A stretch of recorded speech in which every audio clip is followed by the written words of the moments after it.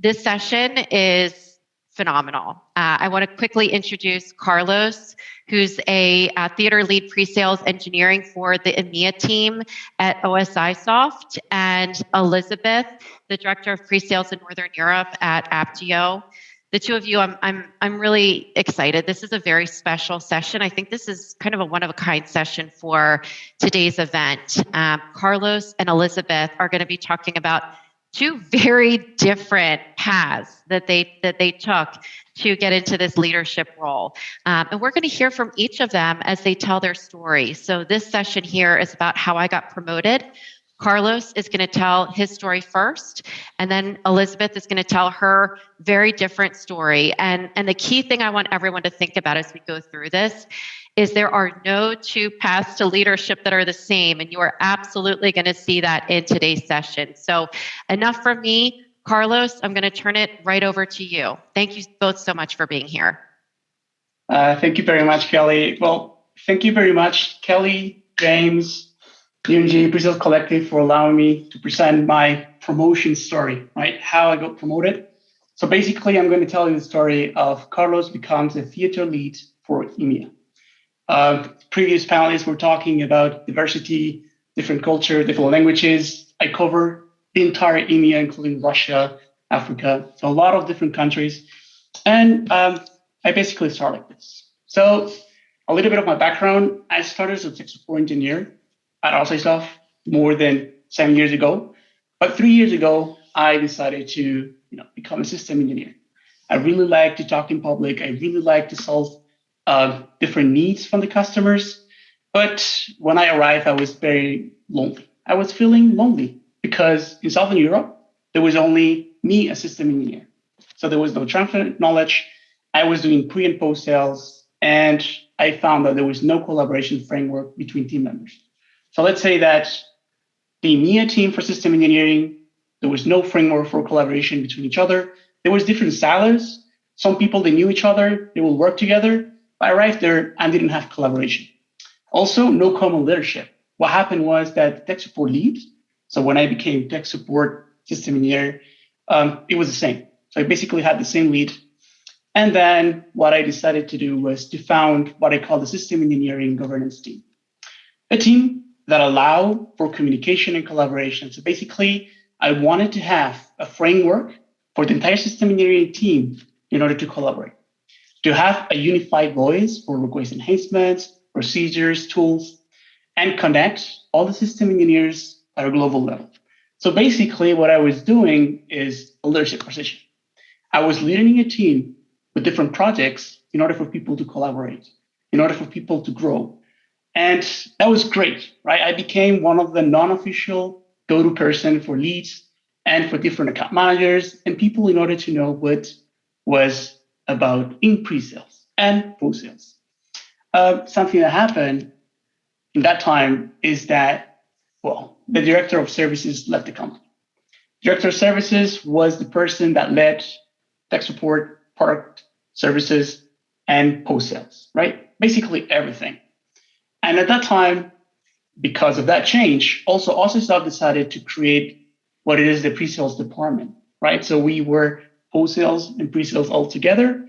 So they did that separation. But many companies are doing right now, this is something that PreSales Collective really talks about too, and is the need of having that separated. So what happened there was that they needed a lead, right? They needed somebody to lead that department.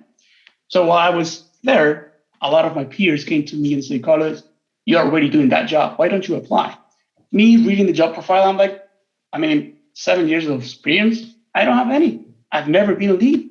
I was actually a camp counselor in Canada, leading kids, but never really somebody leading a sales team, right? Or any other team in the company. So also, I talked to my wife, I talked to my mom, I talked to my dad, and they were telling me, Carlos, you are the perfect fit for it. You'll do great. You definitely need to do it. So I also wanted, to have experience of lead interviews. That was a little selfish of me, but, I wanted to check and see. So if in the future I want to be a lead, how an interview is going to look like. So with that, I decided to apply for the role. And what happened was the following. I applied for the role and I had 5 interviews, right? I had 5 interviews. 4 of them were virtual, with HR, VP of operations, then I have director of pre-sales. But the counterpart or the people that we really need to work with is sales, right? So I also had an interview with the sales manager. The thing was that not all the interviews were virtual. That one was actually in London. I didn't know. So I skipped that meeting. I was sitting down on my chair waiting for the entire board to interview me. And then I received a ping and say, Carlos, where are you? Why aren't you here? And basically, I start sweating and say, okay, so now the people that really wanted or needed to hire me, they know that I skipped the meeting and I was not able to join the meeting because I'm in Madrid and not in London. Actually, I didn't tell you guys, I am based in Madrid. So London, not very easy to get in 1 hour, 2 hours time frame. So I couldn't make it. So that led me actually a time of reflection for gossiping. A lot of people were like, Carlos, you can, try to go to the meeting, but definitely the candidates already chosen. You're not going to be the one. So I'm like, you know what? Give me the chance of that, right? I'll try. So I went to the meeting and I felt right as you see on the left side. Great room, me the first one arriving, nobody was there. Actually, the people arrived just in the minute or the hour, a little bit late. Oh, Carlos, sorry, we were late. But then you felt like a little bit uncomfortable. You're like, all right, so they were late for a very important interview for me. And I started to show my interview, an interview with slide deck that I prepared for, a month after that delay. And it was very tough on me. I was explaining, I was showing everything that I got, but there was a bias there. And these people were looking for somebody very experienced. And I didn't have the experience. I have maybe a little bit of experience from the system engineering governance team that I explained, but nothing else, right? So I end up leaving London with the full sensation that I was not going to be the one. Then 8th of December, director of pre-sales calls me and says, Carlos, you are going to be the lead. And I'm like, oh, that's perfect. So I'm actually going to be a lead. And he's like, yes, but interim. So I'm like, all right, what does that mean? Well, the meaning of that is that you're actually going to be doing the job. You're going to do 2 jobs. The one that you had, which when you're pre-sales, you do 100% of your time and more, always. And you're also going to be leading your team. But this time, you're only going to lead 4 pre-sales, the junior ones. And I'm like, all right, that's good. At the end, it was not the truth. At the end, I was actually leading 9 people. So it was me leading 9 people and actually trying to do my real job, quote, quote, the one that I was not interim with. So I was like, all right, I'll do that. It was exhausting. And actually, I was feeling, as Kelly was saying before, and I think all the panelists, imposter syndrome. I was there, but I was not there.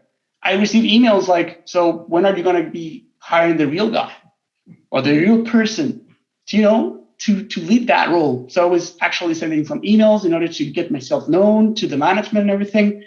Now I respond many times. The good thing was that my team, it was amazing. They were helping me with, I will say that team supported me a lot when I was in doubt. Also, when I started with the pre-sales, let's say, lead role, I also came a lot to have and listen to resources from PreSales Collective because it helped me a lot to understand what really pre-sales was, right, around the globe. At the end, I was leading an entire EMEA region, and I needed to understand what were the pains in the different regions as well. So let me tell you that at the end, all this was definitely a success. That's actually me. And you got to see me before that picture. I actually had more hair, but that year was crazy. It was pandemic year.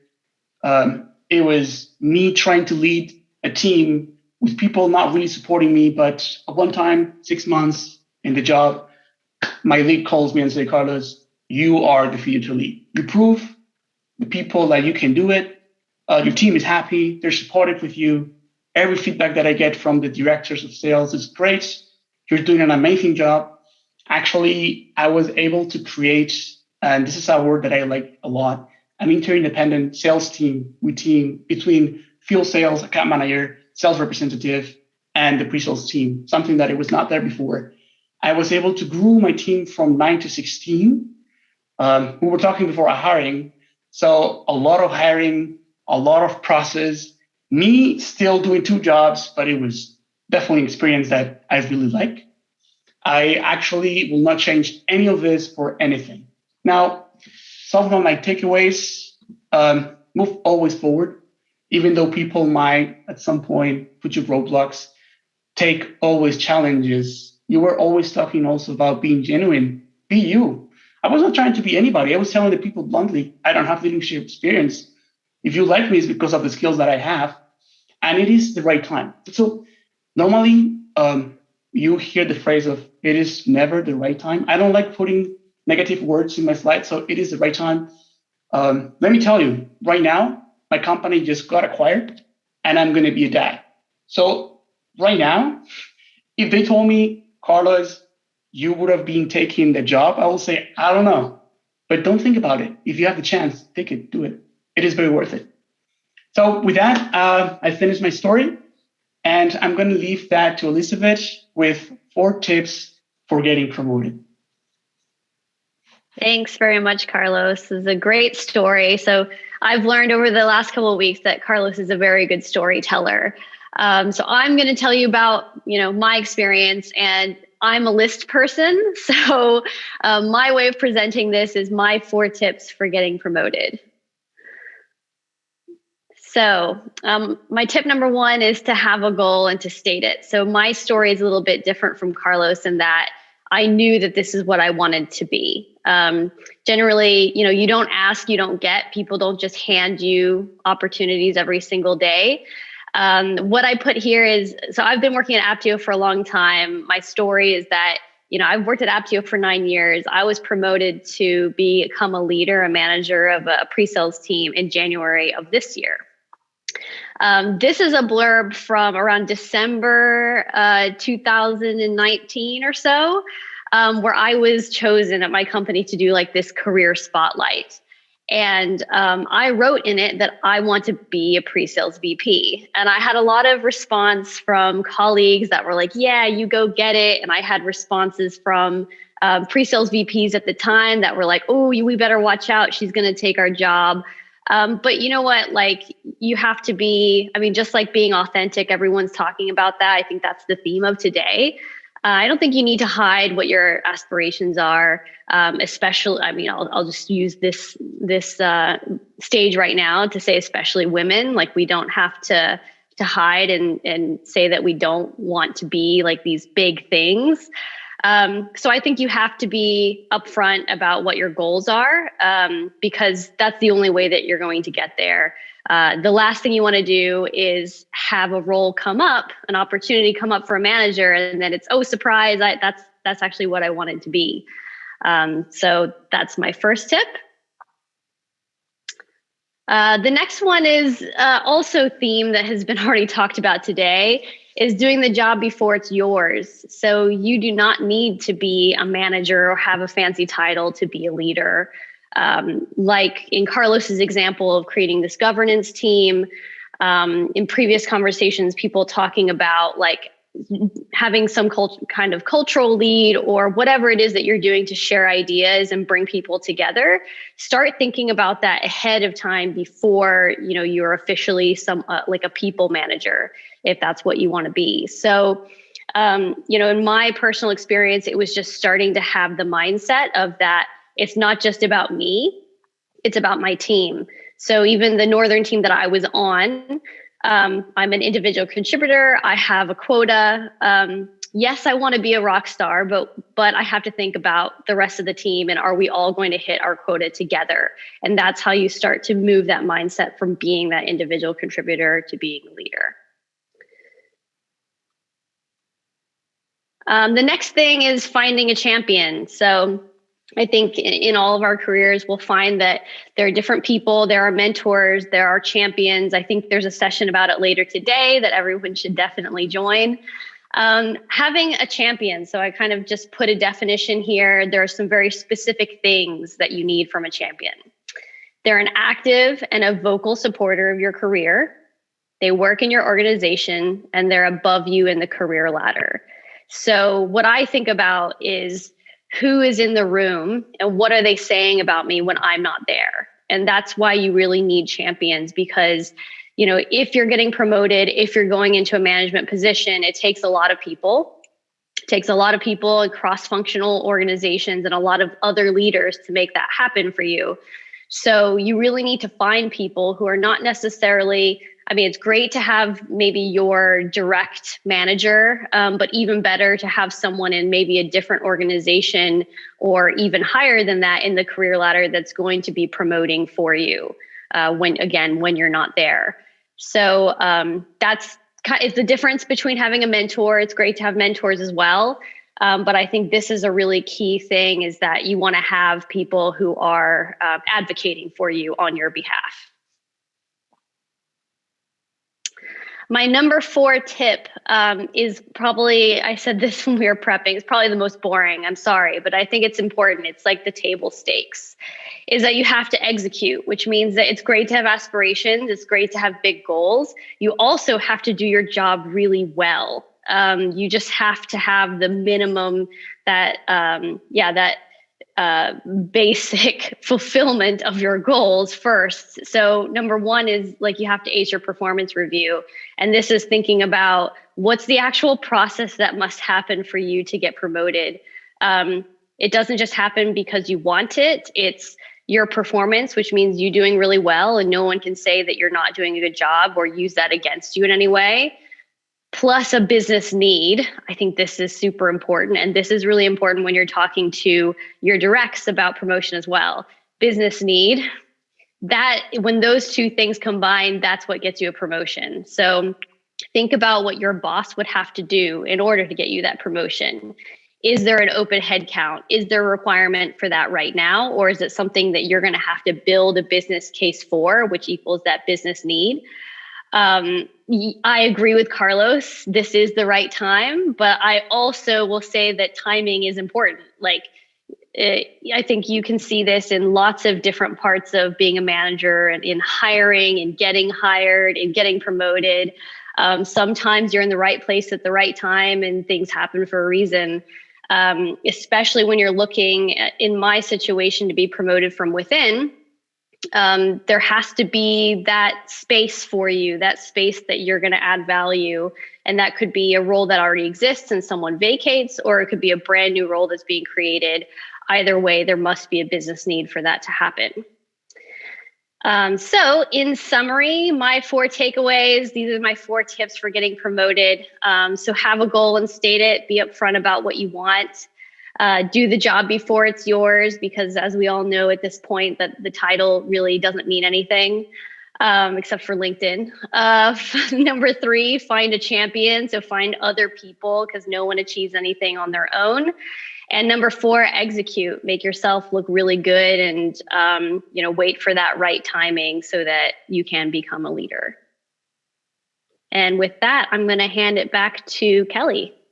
Wonderful. I thank you to both of you. I mean, this is the perfect example of, there's so many different types of leaders out there. The 2 of you just shared 2 incredibly different stories to get you to this leadership role. And you shared them even in very different ways. Storytelling, lists. I think that kind of sums up, you've got just different types of SEs that are out there. Thank you both so much. And I've got quite a few questions rolling in. Elizabeth, I want to start with you. This is a great one. Someone's asking, what are some do's and don'ts for stating your goal? Kind of back to that point that you made earlier. So it says, I worry that it could come off as too boastful. But I love, because I think somebody told me once, a leader said, I don't know what I don't know. So if I don't know you're looking at being a leader, I think that's a really important point. But I like that. I don't want to be too boastful, but I want to let it know. So any do's or don'ts or tips or tricks for that? Yeah, I mean, I think, of course, there are caveats and you have to be careful. It's not, I guess one thing you definitely don't want to be in this situation is being like, hello, I want your job. How do I get your job? We have to be careful about that. And there's like a time and a place, but I also would caution people not to be afraid of that. I don't think it's boasting. It's not saying like, I will be the best pre-sales manager. I think we all know that we're learning and there's things to learn. But to be in a position to say that these are my aspirations, and you don't have to put a timing on it. It doesn't have to be like, I want that job next month. It could be, this is my 5-year plan. This is what I would like to do. Because if you think of that in any role, like your direct superior or people above that, like they want to know what their people's aspirations are and how that may or may not fit into the organization. And, the chance is if you're a good performer, they want you to be in the organization, which means they'll keep you in mind when they do look to grow. So yes, there are exceptions, and, being boastful or telling someone that you essentially want their job when they leave, that's probably not appropriate. But in all other cases, I think maybe go for it. That's a great point. Yeah. Hi, Elizabeth. Nice to meet you. I want your job someday. It's probably not going to start things off on the right foot, right? Very good advice. Thank you. And both of you brought up the point of, timing. I'm laughing because I had to throw myself on mute for a second. My 7-year-old just came in, and he's doing his virtual schooling today, and showed me some things he picked from the garden. So, timing, you just got to go with it. But Carlos, first of all, huge shout out to you. Someone posted, wow, 9 to 16. That's crazy growth. What are some of the biggest challenges in scaling that quickly in general, whether it's your first year as a leader or not? Can you chat a little bit about that? Yeah. So actually, one of my biggest challenge was telling the tech support people that I was going to steal people from them.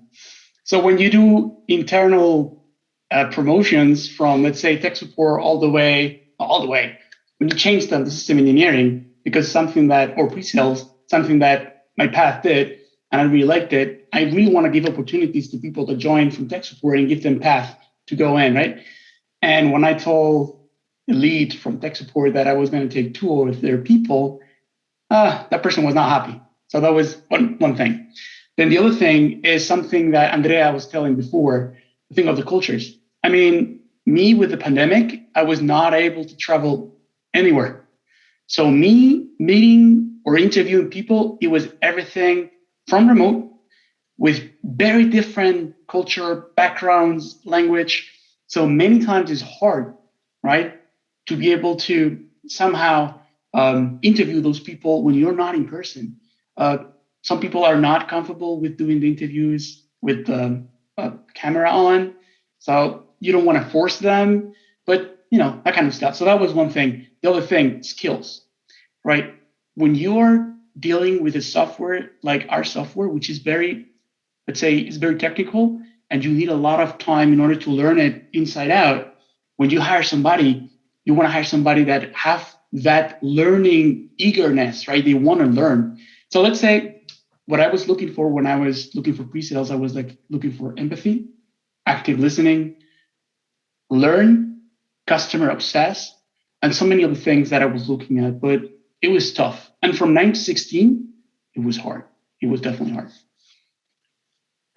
Yeah, it's crazy. I mean, you're practically doubling your team, and especially when you were told you were only going to have 4 originally, based on what you shared earlier. It's unbelievable. We have a lot of questions coming in, so I'm hoping that the 2 of you will be open to kind of continuing the conversation later on in the Slack channel. I know we're not going to be able to get to all of them, but this is one that I feel like would really resonate with a lot of folks. So I do want to bring this up. Carlos, I know you mentioned this. Elizabeth, I'm not sure if you experienced this as well, but especially when you're being promoted within your own organization, Carlos, you said you were doing your regular IC job, if you will, and now this new leadership role, and it was going to be 4, then it was 9, then it was 16, right? It seems to happen a lot. I went through the same thing for a time period. I'd love to hear from both of you. If you have advice, maybe Carlos, let's start with you. If you have advice, as people make that transition, they're oftentimes still doing their old job and trying to figure out the new job. So any words of wisdom that you can share? Don't take personally anything that is being told to you in a rush manner. Define a good matrix of urgent and important, and something that Andrea mentioned, delegate.